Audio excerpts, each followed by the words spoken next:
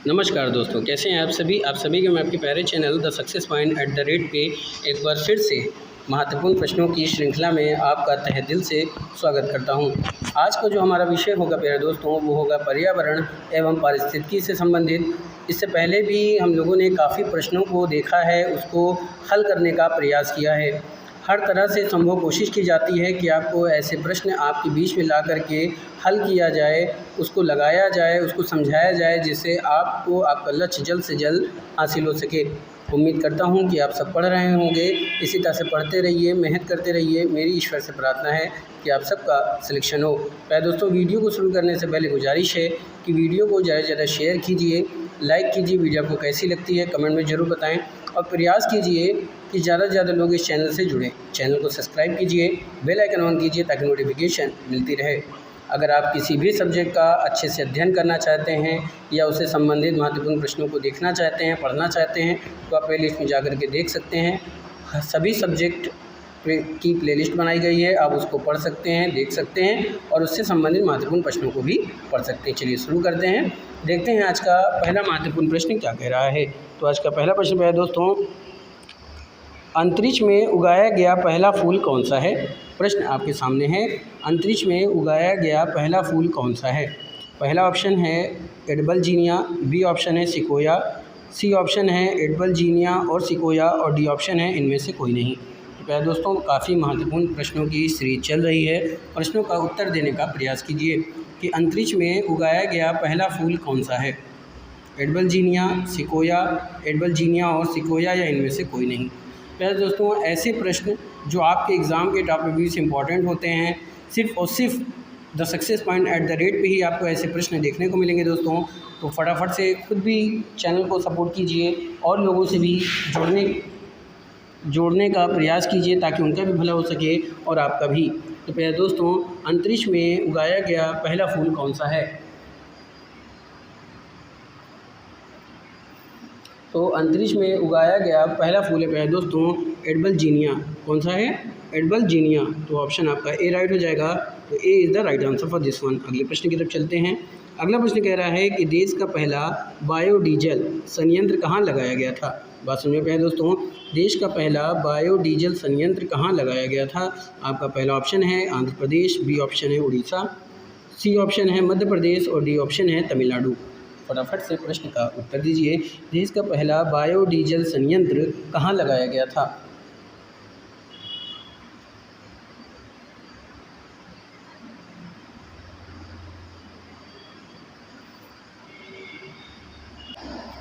आपका ऑप्शन है आंध्र प्रदेश, उड़ीसा, मध्य प्रदेश, तमिलनाडु। देश का पहला बायोडीजल संयंत्र कहाँ स्थापित किया गया था या लगाया गया था, इस तरह से भी प्रश्न पूछा जा सकता है।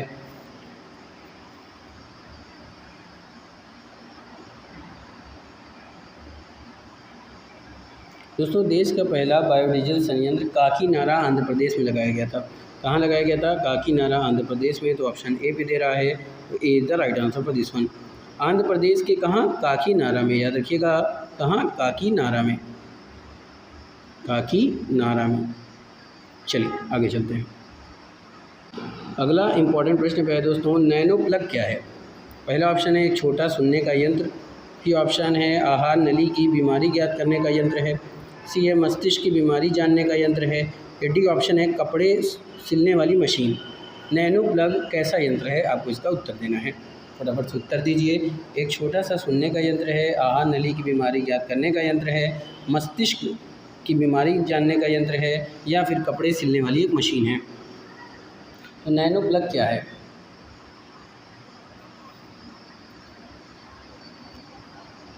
तो दोस्तों, नैनो प्लग एक छोटा सा सुनने का यंत्र होता है। तो ऑप्शन आपका ए राइट हो जाएगा। तो A is the right answer for this one. अगला प्रश्न देखते हैं। अगला प्रश्न है कि भारत में चुंबकीय वेधशाला कहाँ स्थित है। भारत की चुंबकीय वेधशाला। दोस्तों, यहाँ पे भारत में लिख गया है, यहाँ पे भारत की होगा कि भारत की चुंबकीय वेधशाला कहाँ स्थित है। पहला ऑप्शन है पोर्ट ब्लेयर में, बी ऑप्शन है नाड़ा लिखा है, नारा भी हो सकता है दोस्तों, काकीनाडा में, बी सी ऑप्शन है भीमताल में और डी ऑप्शन है मनौली में। तो भारत में चुंबकीय वेधशाला कहाँ स्थापित की गई है।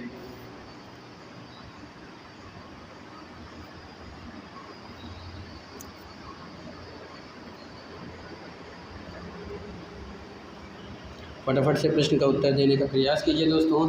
ये जो एग्ज़ाम के लिए जो इम्पोर्टेंट प्रश्न आपके लिए तैयार किए गए हैं दोस्तों, बड़ी मेहनत से तैयार किए जाते हैं, इसलिए चैनल का सपोर्ट कीजिए, अपना प्यार बनाए रहिए और भरोसा जताइए प्यार दोस्तों, क्योंकि द सक्सेस पॉइंट @ एक ऐसा मंच है जो आपको आपके लक्ष्य तक जरूर पहुंचाएगा, क्योंकि हमारा लक्ष्य ही है आपकी सफलता।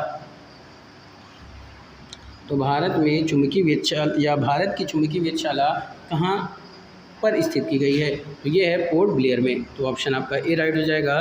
तो A is the right answer for this one. अगले प्रश्न की तरफ चलते हैं। अगला प्रश्न है दोस्तों, सलीम अली राष्ट्रीय उद्यान कहाँ स्थित है? बस सुनिए पे दोस्तों, सलीम अली राष्ट्रीय उद्यान केंद्र कहाँ स्थित है? पहला ऑप्शन है दिल्ली, बी ऑप्शन है आगरा, सी ऑप्शन है जम्मू कश्मीर और डी ऑप्शन है उत्तराखंड। सलीम अली राष्ट्रीय उद्यान केंद्र कहाँ स्थित है?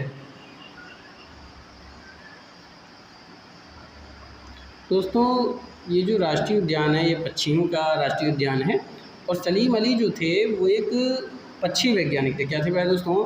सलीम अली एक पक्षी वैज्ञानिक थे, उन्हीं के नाम पर ये रखा गया है राष्ट्रीय उद्यान का नाम। और ये जो सलीम अली राष्ट्रीय उद्यान है ये आपका स्थापित है जम्मू कश्मीर में। तो ऑप्शन आपका सी पे दे रहा है, तो C is the right answer for this one. अगले प्रश्न की तरफ चलते हैं। अगला प्रश्न है कि खूनी वर्षा किस देश में होती है? पहला प्रश्न है इंग्लैंड में, बी ऑप्शन है इटली में, सी ऑप्शन है रोम में और डी ऑप्शन है आयरलैंड में। खूनी वर्षा किस देश में होती है? फटाफट से उत्तर दीजिए दोस्तों।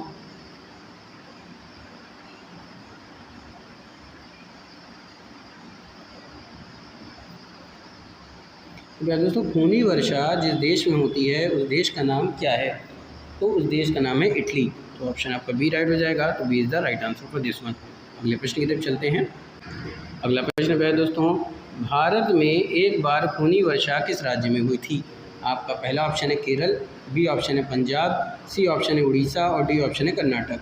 भारत में एक बार खूनी वर्षा किस राज्य में हुई थी? फटाफट से प्रश्न का उत्तर देने का प्रयास कीजिए। प्रश्न भी आपके सामने है, ऑप्शन भी आपके सामने है दोस्तों। ये जितने भी महत्वपूर्ण प्रश्न हैं ये आपके किसी भी कॉम्पिटिटिव एग्ज़ाम के लिए इम्पॉर्टेंट है। अगर आप यूपीएससी की तैयारी करते हैं, यूपीएससी की तैयारी करते हैं, या पेट की तैयारी करते हैं, या फिर आप रेलवे की तैयारी करते हैं, तो क्या दोस्तों हर डिपार्ट के लिए ये प्रश्न काफ़ी इम्पोर्टेंट है, क्योंकि पर्यावरण और पारिस्थितिकी से संबंधित हर विभाग में प्रश्न पूछे जाते हैं, कम या ज़्यादा, लेकिन आपसे पूछे जाएंगे, इसलिए आपको प्रश्न पढ़ना अनिवार्य है दोस्तों, पढ़ना ज़रूरी है आपके लिए। प्रश्नों को देखें, ज़्यादा से ज़्यादा प्रश्नों को लगाने का प्रयास करें। भारत में एक बार खूनी वर्षा कहाँ हुई थी? तो भारत में खूनी वर्षा हुई थी पहले दोस्तों केरल राज्य में। ऑप्शन आपका ए राइट हो जाएगा। तो A is the right answer for this one. अगले प्रश्न की तरफ चलते हैं। अगला प्रश्न है कि नीली क्रांति कहाँ सफल हुई थी? नीली क्रांति कहाँ सफल हुई थी? आपका पहला ऑप्शन है पंजाब में, बी ऑप्शन है हरियाणा में, सी ऑप्शन है हिमाचल प्रदेश में और डी ऑप्शन है आंध्र प्रदेश में। तो नीली क्रांति कहाँ सफल हुई थी?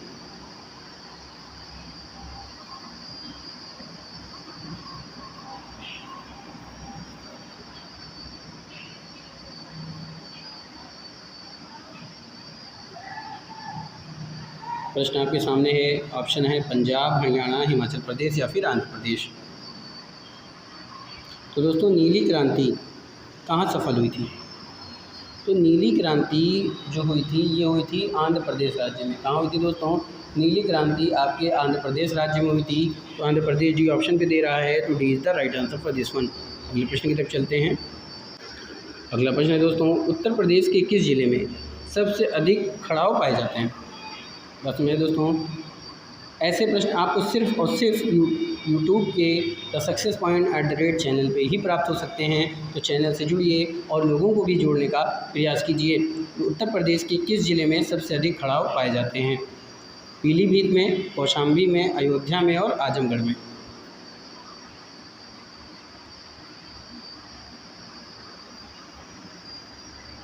उत्तर प्रदेश के किस ज़िले में सबसे अधिक खड़ाव पाए जाते हैं? आपके ऑप्शन है पीलीभीत, कौशाम्बी, अयोध्या, आजमगढ़।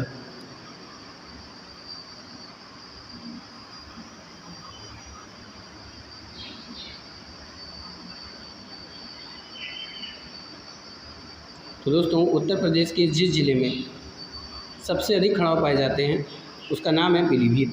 तो ऑप्शन आपका ए राइट हो जाएगा। ए is the right answer for this question. अगले प्रश्न की तरफ चलते हैं। अगला प्रश्न है क्रोनोमीटर से क्या मापा जाता है? पहला ऑप्शन है समय, बी ऑप्शन है धारा, सी ऑप्शन है वोल्टेज और डी ऑप्शन है आवेश।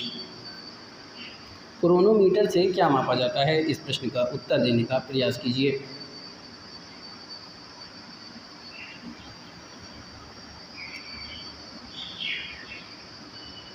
काफ़ी इंपॉर्टेंट प्रश्न है प्यारे दोस्तों, ये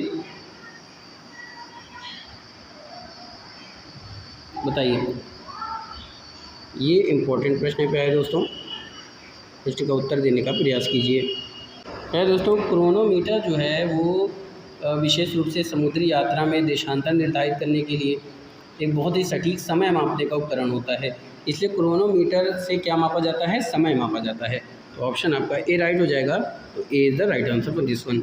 दोस्तों, ये भी एक इम्पॉर्टेंट प्रश्न है जो अगर आप यूपी का अगर कोई प्रश्न आपके एग्ज़ाम में आता है तो उसमें से ये भी एक तरह का प्रश्न पूछा जा सकता है कि उत्तर प्रदेश के किस ज़िले में सबसे अधिक खड़ाव पाए जाते हैं। तो ये पर्यावरण और परिस्थिति से भी संबंधित है और ऐसे भी यानी कि जीएस करंट के तौर पे भी आपसे पूछा जा सकता है ना प्यारे दोस्तों। चलिए आगे चलते हैं, अगला प्रश्न देखते हैं। अगला प्रश्न है पर्यावरणीय संस्थाएँ हैं। पहला ऑप्शन है WWF, बी ऑप्शन है यूनिप यानी कि अगला है IBP और चौथा है ग्रीन पीसेस।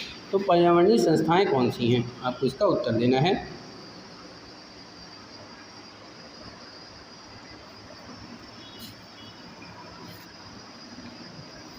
फटाफट से उत्तर देने का प्रयास कीजिए।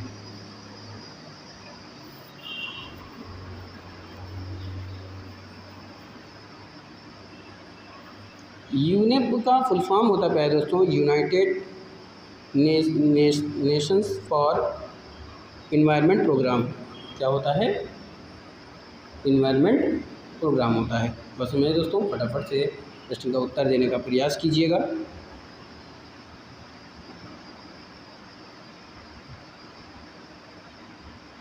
यूनाइटेड नेशंस एनवायरनमेंट प्रोग्राम, ठीक है, ये यूनिट का फुल फॉर्म होता है। और IBP का फुल फॉर्म क्या होता है? इंटीग्रेटेड बिजनेस प्लानिंग होता है IBP ग्रीन पीसेस। तो इसमें से ये सभी होगा प्यारे दोस्तों, ये सभी आपके पर्यावरणीय संस्थाएं होती हैं। तो डी ऑप्शन राइट होगा। तो D is the right answer for this one. अगले प्रश्न की तरफ चलते हैं। अगला प्रश्न प्यारे दोस्तों, चिपको आंदोलन कब चलाया गया था? आपका पहला ऑप्शन है 1974, दूसरा ऑप्शन है 1975, तीसरा ऑप्शन है 1978 और चौथा ऑप्शन है 1982। तो चिपको आंदोलन कब चलाया गया था? फटाफट से इसका उत्तर दीजिए। आपको बता दूं, ये जो चिपको आंदोलन चलाया गया था ये उत्तराखंड में चलाया गया था, चमोली ज़िले में। याद रखिएगा, एक यहाँ से प्रश्न बन सकता है किस ज़िले में? तो चमोली ज़िले में। और ये कहाँ पड़ता है? आपके उत्तराखंड में पड़ता है। कहाँ पड़ता है? UK में पड़ता है, उत्तराखंड में। बात में पे दोस्तों, उत्तराखंड, यूनाइटेड किंगडम नहीं समझ लीजिएगा, उत्तराखंड, ठीक है। ये है उत्तराखंड।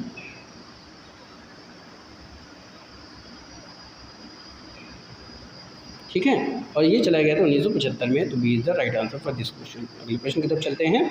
अगला प्रश्न है नीरी का मुख्यालय कहाँ स्थित है? पहला ऑप्शन है महाराष्ट्र में, दूसरा ऑप्शन है पंजाब में, सी ऑप्शन है दिल्ली में और डी ऑप्शन है गुजरात में। तो नीरी का जो मुख्यालय है वो कहाँ स्थित है? नीरी का मुख्यालय कहाँ स्थित है?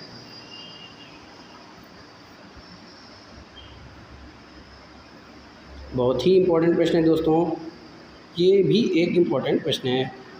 तो नीरी का मुख्यालय कहाँ स्थित है? महाराष्ट्र में, पंजाब में, दिल्ली में, गुजरात में।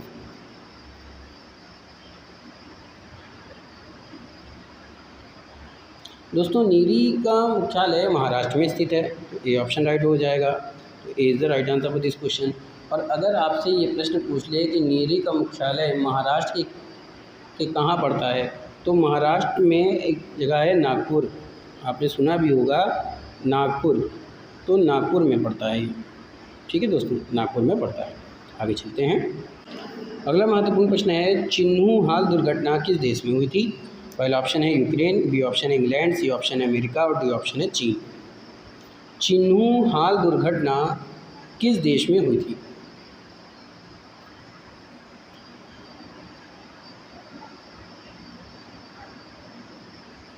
फटाफट से उत्तर देने का प्रयास कीजिए। चेरनोबिल दुर्घटना किस देश में हुई थी? यूक्रेन, इंग्लैंड, अमेरिका, चीन।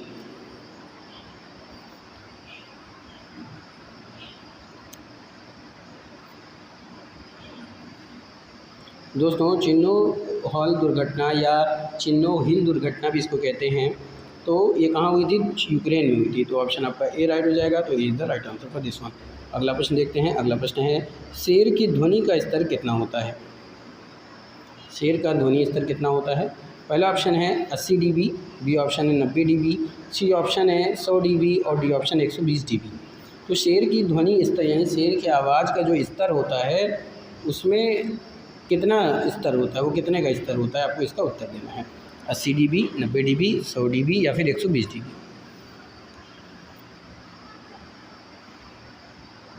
बहुत ही अच्छा प्रश्न पे आए दोस्तों, ये भी इम्पोर्टेंट प्रश्न था और ये भी एक इम्पॉर्टेंट प्रश्न है। ये सभी आपके लिए इम्पोर्टेंट है अगर आप यूपीपीएससी की तैयारी करते हैं, यूपीएससी की तैयारी करते हैं, पेट की तैयारी करते हैं या फिर आप रेलवे की तैयारी करते हैं प्यारे दोस्तों। तो इन सभी के लिए, अदर कॉम्पिटिटिव एग्ज़ाम के लिए भी इम्पॉर्टेंट है। तो शेर की ध्वनि का जो स्तर होता है वो होता है 100 dB। C is the right answer for this one. अगले प्रश्न की तरफ चलते हैं। अगला प्रश्न कह रहा है दोस्तों, अमेरिका में जापान पर कब परमाणु बम गिराया गया था? पहला ऑप्शन है 6 अगस्त 1945 को, बी ऑप्शन है 6 अगस्त 1946 को, सी ऑप्शन है 4 अगस्त 1945 को और डी ऑप्शन है 4 अगस्त 1946 को। ऑप्शन को ध्यान से पढ़िएगा कि अमेरिका ने जापान पर कब परमाणु बम गिराया था।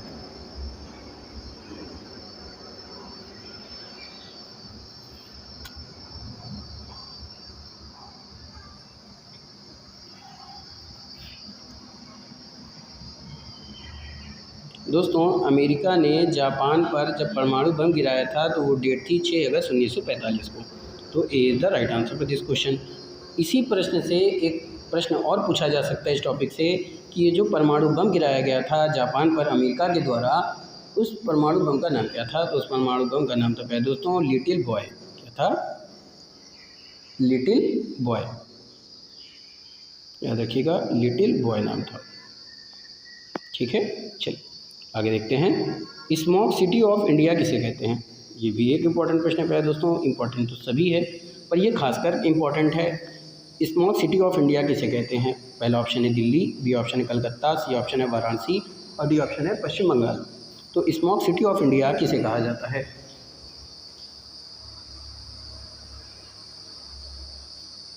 फटाफट से उत्तर देने का प्रयास कीजिए। अगर आप चैनल पर नए विजिटर हैं और अभी तक आपने चैनल को सब्सक्राइब नहीं किया है तो चैनल को सब्सक्राइब कीजिए, बेल आइकन ऑन कीजिए ताकि नोटिफिकेशन मिलती रहे। वीडियो को लाइक कीजिए, शेयर कीजिए। वीडियो को कैसी लगती है कमेंट में ज़रूर बताएं। तो स्मॉक सिटी ऑफ इंडिया किसे कहते हैं? Smoke city of India Calcutta को कहा जाता है, यानी कोलकाता को। तो B is the right answer for this one. अगले प्रश्न की तरफ चलते हैं। अगला महत्वपूर्ण प्रश्न है दोस्तों, गन्ने के फूल को क्या कहा जाता है? पहला ऑप्शन है एरो, बी ऑप्शन है स्पाइक, सी ऑप्शन है पेनिकल और माफ़ कीजिएगा डी ऑप्शन यहाँ पे होना चाहिए। डी ऑप्शन क्या होगा? एरोकल। चलिए ठीक कर लेते हैं। चलिए दोस्तों, प्रश्न एक बार फिर से, गन्ने के फूल को क्या कहा जाता है? पहला ऑप्शन है एरो, बी ऑप्शन है स्पाइक, सी ऑप्शन है पेनिकल और डी ऑप्शन है एरोकल। फटाफट से उत्तर देने का प्रयास कीजिए। दोस्तों, गन्ने के फूल को एरो कहा जाता है और ए is the right answer for this one. एक चीज़ और पूछा जाता है कि जो गन्ने के फूल होते हैं या गन्ने का पेड़ होता है उसमें कितनी पत्तियां होती हैं? आपको इसका उत्तर देना है दोस्तों। तो गन्ने के फूल में कितनी पत्तियां होती हैं, इसका फटाफट से कमेंट में उत्तर कीजिएगा। तो वह दोस्तों, गन्ने के फूल को एरो कहा जाता है। तो ये is the right answer for this question. अगला प्रश्न, पारिस्थितिक तंत्र कैसा तंत्र होता है? ये सभी आपके लिए इंपॉर्टेंट है प्यारे दोस्तों। मैं खास करके आज मोस्ट इंपॉर्टेंट क्वेश्चन लेकर आया हूँ। पारिस्थितिक तंत्र कैसा तंत्र होता है? बंद तंत्र, खुला तंत्र एवं बंद तंत्र या इनमें से कोई नहीं।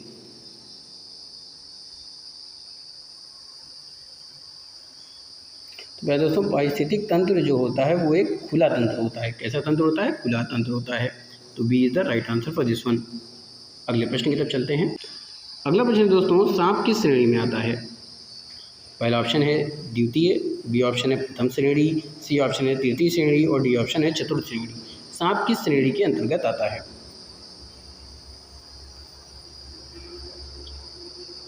तो दोस्तों सांप आता है तृतीय श्रेणी में। तो सी ऑप्शन पे दे रहा है, तो C is the right answer for this one. अगला प्रश्न, टिड्डा और चूहा किस श्रेणी के उपभोक्ता होते हैं?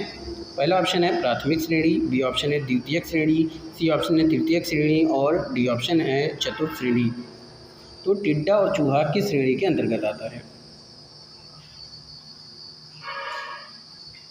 तो टिड्डा और चूहा प्रथम श्रेणी के अंतर्गत आता है, तो A is the right answer for this one. अगले प्रश्न की तरफ चलते हैं।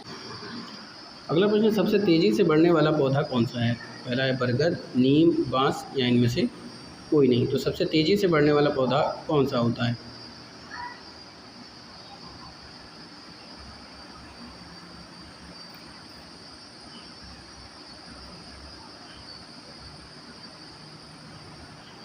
तो सबसे तेज़ी से बढ़ने वाला पौधा होता है बांस। तो सी ऑप्शन पे है, तो C is the right answer for this one. अगला प्रश्न, पानी में तेज़ी से बढ़ने वाला पौधा कौन सा होता है? ऑप्शन सिकोया, जलकुंभी, बांस या इनमें से कोई नहीं। पानी में तेज़ी से बढ़ने वाला पौधा कौन सा होता है?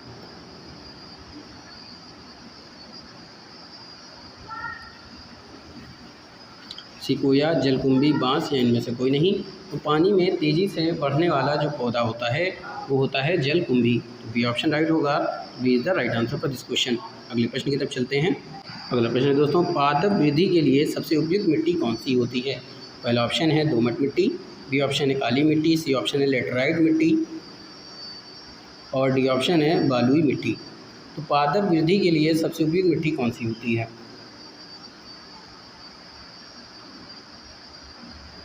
फटाफट से प्रश्नों को देखिए और उत्तर देने का प्रयास कीजिए।